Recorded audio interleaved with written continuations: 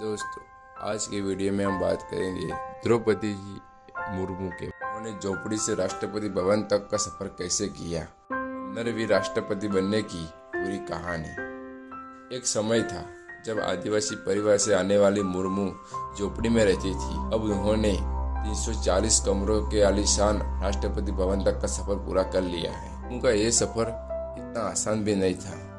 तक पहुंचने के लिए मुर्मू ने न जाने कितनी तकलीफें झेली है। इस सफर में कई अपने भी दूर हो गए हैं। कष्ट इतना मिला कि कोई आम इंसान होता तो कब का टूट गया होता, बल्कि देश के सर्वोच्च पद तक पहुंचने के लिए ये कामयाब हुई। आज मुर्मू न केवल भारत में बल्कि दुनिया भर में अरबों लोगों के लिए एक मिसाल बन चुकी है। आइए जानते हैं द्रौपदी मुर्मू की उस सफर को, कैसे उन्होंने झोपड़ी से देश के सर्वोच्च पद तक का सफर किया। द्रौपदी का जन्म ओडिशा के मयूरभंज जिले में बेजपोशी गांव में 20 जून 1958 को हुआ था। द्रौपदी संथाल आदिवासी जाति समूह से संबंध रखती थी। उनके पिता का नाम बिरंची नारायण टुड्डू था। वो एक किसान थे। द्रौपदी के 2 भाई हैं, भगत टुड्डू और सरेने टुड्डू। द्रौपदी की शादी श्यामाचरण मुर्मू से हुई। 2 बेटे और 2 बेटी हुई। साल 1984 में एक बेटे की मौत हो गई। द्रौपदी का बचपन बेहद ही अभाव और गरीबी में बीता था, लेकिन अपनी स्थिति को उन्होंने अपनी मेहनत के आड़े कभी नहीं आने दिया। उन्होंने भुवनेश्वर के रमादेवी विमेंस कॉलेज से स्नातक की पढ़ाई पूरी की। बेटी को पढ़ाने के लिए द्रौपदी मुर्मू ने शिक्षक भी बन गई। द्रौपदी मुर्मू की पढ़ाई के बारे में बात करें, मुर्मू जी की प्राथमिक पढ़ाई गांव में ही हुई थी। साल 1969 से 1973 तक वह आदिवासी आवासीय विद्यालय में पढ़ी। इसके बाद स्नातक करने के लिए उन्होंने भुवनेश्वर के रामादेवी वुमेन्स कॉलेज में दाखिला लिया। उन्होंने अपने गांव की पहली लड़की थी जो स्नातक की पढ़ाई के लिए भुवनेश्वर तक पहुंची। कॉलेज में पढ़ाई के दौरान उनकी मुलाकात श्यामचरण मुर्मू से होती है। बड़ी दोस्ती हुई और दोस्ती प्यार में भी बदल गई। श्यामचरण भी उसी वक्त भुवनेश्वर के उस कॉलेज में ही पढ़ाई कर रहे थे। बात 1980 की है। द्रौपदी और श्यामचरण दोनों एक दूसरे को पसंद करने लगे थे। दोनों ही एक साथ आगे का जीवन व्यतीत करना चाहते थे। परिवार की रजामंदी के लिए श्यामचरण विवाह का प्रस्ताव लेकर द्रौपदी के घर पहुंच गए।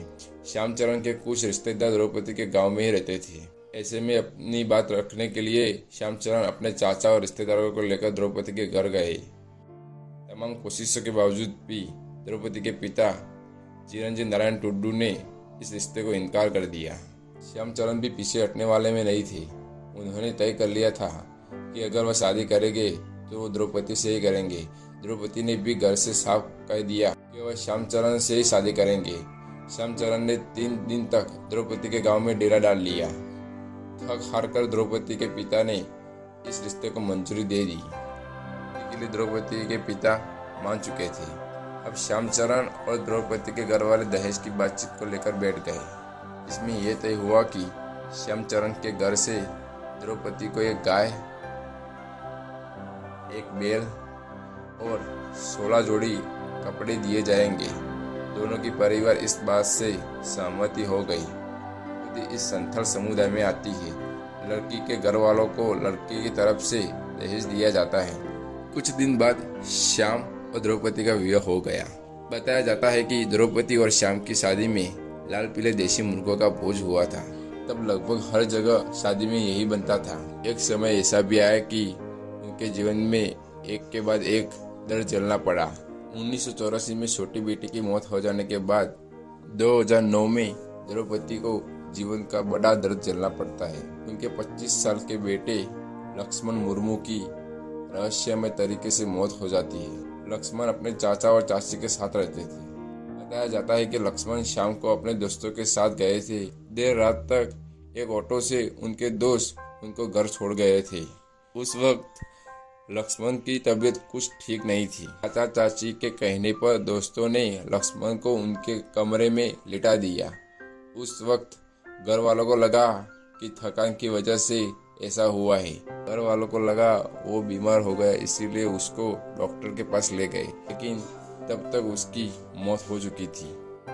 रहस्यमय मौत का खुलासा अभी तक नहीं खुल पाया है। द्रौपदी जी अभी उभर ही नहीं पाई थी कि उन्हें दूसरी झकझोर करने वाली खबर मिली। ये घटना 2013 की है, जब द्रौपदी जी के दूसरे बेटे की मौत एक सड़क दुर्घटना में हुई थी। द्रौपदी जी के दोनों ही बेटों की मौत 4 साल के अंदर ही हो चुकी थी।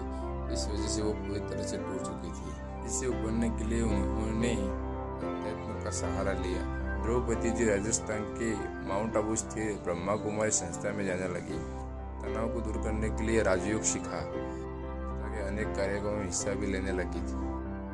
बेटों की मौत का दर्द अभी भी कम नहीं हुआ था कि 2014 में द्रौपदी जी के पति श्यामाचरण मुर्मू की मौत हो गई। बताया जाता है कि श्यामाचरण मुर्मू को दिल का दौरा पड़ा था। उन्हें घर वाले अस्पताल भी ले गए थे, जहां डॉक्टर ने उसे मृत घोषित कर दिया। श्यामाचरण बैंक में काम करते थे। द्रौपदी के परिवार में केवल बेटी इतिश्री मुर्मू ही है, वो अभी बैंक में नौकरी करती है। द्रौपदी जी की राजनीतिक सफर के बारे में बात करें तो राजनीतिक में आने से पहले द्रौपदी जी एक शिक्षक के तौर पर अपने करियर की शुरुआत की थी। उन्होंने 1979 से 1983 तक सिंचाई और बिजली विभाग में जूनियर असिस्टेंट के रूप में काम किया। इसके बाद 1994 से 1997 तक उन्होंने ऑर्डिनरी असिस्टेंट टीचर के रूप में कार्य किया। 1957 में उन्होंने पहली बार चुनाव लड़ा। उड़ीसा के रायरंगपुर जिले में पार्षद चुनी गई। इसके बाद वह जिला परिषद की उपाध्यक्ष भी चुनी गई। वर्ष 2000 में विधानसभा चुनाव लड़ी।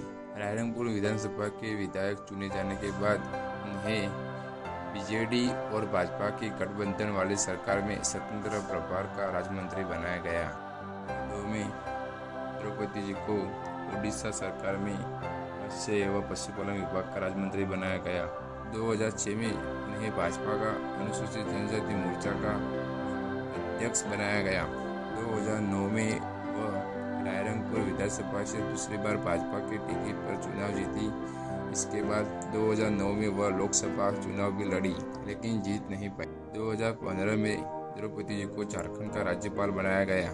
2021 तक उन्होंने राज्यपाल के तौर पर अपनी सेवाएं दी। का चुनाव जीतने के साथ ही वह देश की पहली आदिवासी राष्ट्रपति बनी। इसके अलावा देश की दूसरी महिला राष्ट्रपति बनने का खिताब भी वह अपने नाम कर गई। 64 साल की द्रौपदी जी राष्ट्रपति पद पर पहुंचने वाली सबसे कम उम्र की शख्सियत बनी। आज तक उनका यह सफर राष्ट्रपति भवन तक पहुंचा।